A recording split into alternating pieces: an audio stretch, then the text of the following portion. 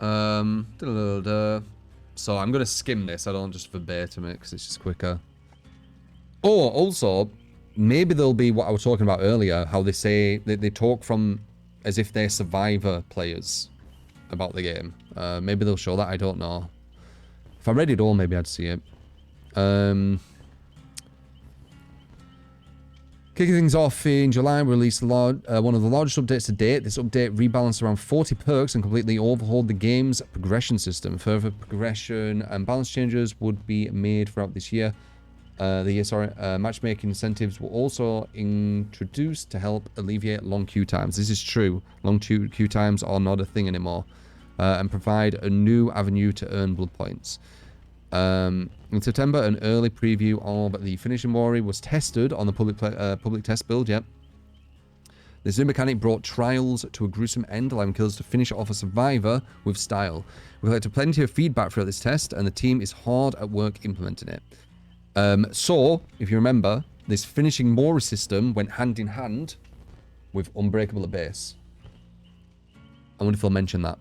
December, meanwhile, brought bots in custom matches, letting you practice in a no stakes. So yeah, blah blah blah. Not to forget blah blah blah blah. Before we knew it, January was upon us. The wiggle system was officially taken out of beta and fully implemented with some tweaks.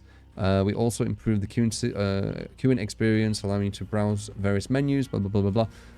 But the question is, what's next? As always, we'll share our plans for the next year during our anniversary. There's still a few months before them, blah, blah, blah. Okay, so blood web improvements. If you went back in time 1 year and told people that too many blood points would be an issue, nobody would have believed you. Very kind of true, kind of. I mean, I wasn't a million a lot. Various improvements. Within a few months, we'll be making improvements to blood web to make it easier and faster to spend your blood points than before. Cool. Bot loadouts. Survivor bots received a very warm welcome. First version of the bots in custom matches, simple. We're expanding on the feature shortly with loadouts, allowing you to introduce more variety in the survivor bots you face. Strange. Seems like what do people feel about that? I feel that's like a waste of time, like a waste of resources. I guess it depends how long it takes. Map repeat prevention. Variety is the spice of life. The Endeavor Dale is no exception. We have so many maps in the game. It can feel a little underwhelming when the entity decides to send you to the Groaning Storehouse for the 6th time today.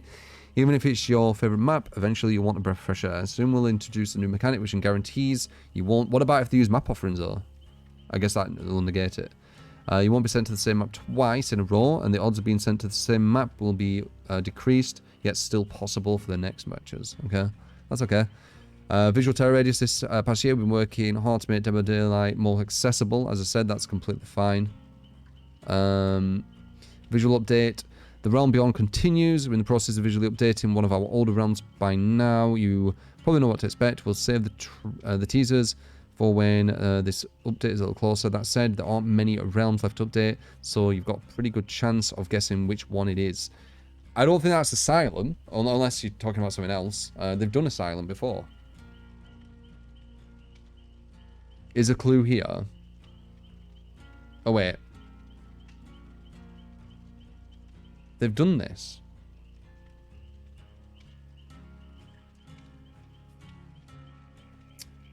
I guess we'll see. Perk updates. We've put a lot of focus on general improvements to quality of life features as of late, but we're pleased to say that the perk balancing is going to pick back up shortly. Like before, we're hoping to include a small package of perk changes with each mid-chapter update going forward. We'll share more details as these perk changes are closer to release, but since we know what you're about to ask, yes, one of the perks we're looking to do rhymes with ERUPTION. So yeah, once again, survivor shit. Survivors have been bitching about Eruption. You get it. I wonder if they'll do something with Dead Hard. That's what I'm curious about. Limited time cosmetics for recent events. Some of the more festive and spooky outfits of games grown. Sake transparency, there's a complete list of the seasonal collection to date, which will be available for a limited time. So a bit of four more things. So they're doing limited to time 4 more. Okay.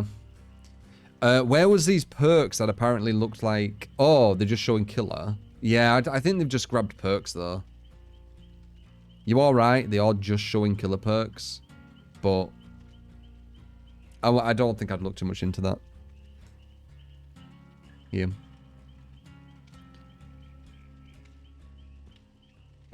Hundreds of outfits have been added to the store, and mostly they're all for Fang, yeah. It's visual fluff, but it's just small things added to it. Yeah, I mean, I'm not, yeah, it's not surprising, is it? I guess it's because they're doing Eruption. So there you go, everyone bitching about Eruption, you get it nerfed. More camping, more slugging, indirect. Until they obviously change the incentives and change the win condition, the victory condition, then it won't matter. They can do all this, and killers will still be going for hooks if hooks are the win condition. Of course, you want to win.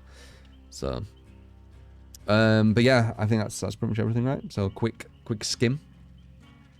Cool.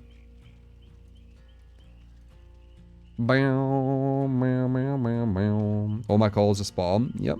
That's obvious. It's not... I've been in this community for a long time. On and off, but I've been in it for a long time. I see how it works. I see, you know, the Survivor side has more people talking and getting their way, and that's just how it works. The only problem is some of these people are saying very, very bad takes and getting validated on very, very bad takes, and the devs think it's good takes because the majority's... The devs fall for ad populum a lot, I think it's called. Ad populum logical fallacy. Yeah. So the devs fall for a fallacious argument that concludes a proposition,